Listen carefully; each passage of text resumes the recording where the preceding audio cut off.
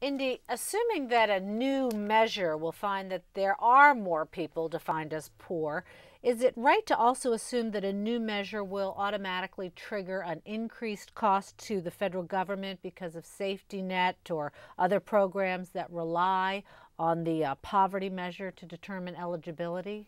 Well, that's a very good question, and it's one we get quite often, and there's a lot of misunderstanding around it. In our legislation, the Measuring American Poverty Act, we first make it clear that we're maintaining the current official poverty measure as it is for the purposes that it serves us today. But then secondly, we also make it clear that the modernized poverty measure that we're establishing through the legislation would have no immediate or automatic impact on the disbursement of any federal funds or eligibility for any federal programs. In fact, what would be more appropriate from a policy perspective is for Congress and experts and the public to look at programs one at a time on a case-by-case basis to consider whether or not the new measure of need under the modern poverty measure is a more appropriate measure for targeting in certain programs, and maybe in some instances it's not. We recently interviewed Congressman McDermott, as we mentioned, and he said that he thinks a bill can pass this year. Is that realistic?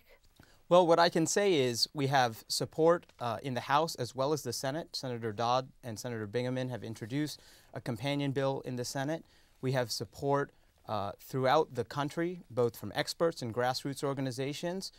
This is not just a conversation inside Washington, D.C., as evidenced by Mark Levitan and his boss, Mayor Michael Bloomberg's efforts. But we also know there's interest in California and San Francisco. We know there's interest in the Midwest. We know there's interest in this issue all over. And again, this interest is both from folks who work directly with people who are poor, people who are themselves living in poverty, but also from experts who have thought about this for a long time. We think there's more momentum and interest now in this issue than I think any of us have ever seen in our lifetimes, at least at the level of actually taking action in Congress or within the new administration. Well, let me ask you, Mark Levitan, if there was a new federal measure, would New York City welcome that now that you have your own?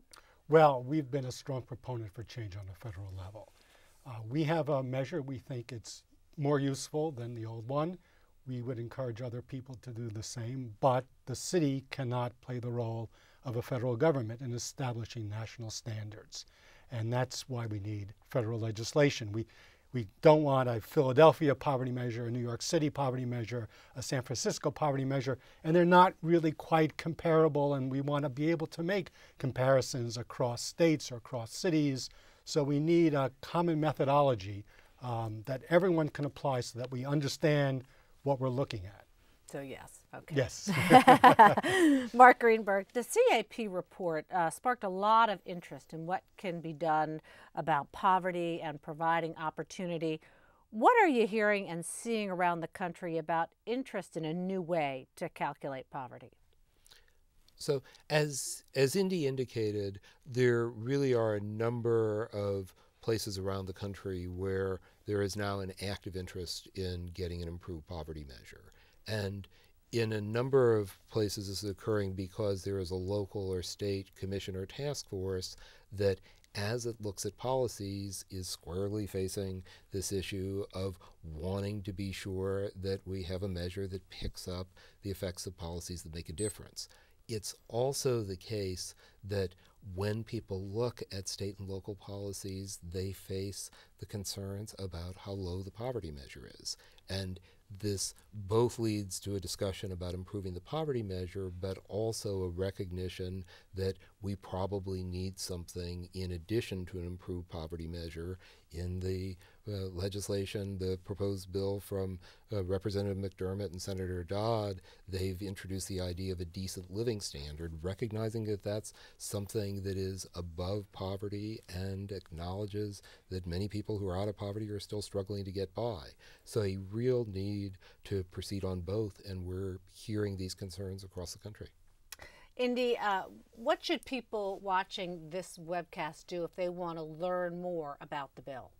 Well, the first thing I'd say is I would encourage people to look on the Spotlight on Poverty website. There are lots of great editorials and commentaries from folks on the panel and elsewhere on this issue.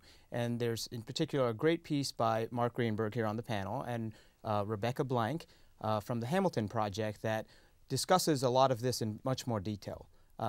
But I'd also like to say that Mark raised a very important point here. We not only are moving to establish a new poverty measure because we believe, as evidenced in part by New York City's effort, that it can be done, and certainly we believe now is the time, but we're also moving towards establishing two new measures. One is a decent living standard measure that would be a higher threshold that gets at the greater needs that people have beyond food, clothing, and shelter. Another is a medical risk measure, which asks an important question not captured by the poverty measure. And that question is, to what extent are people at risk of being unable to afford needed medical care?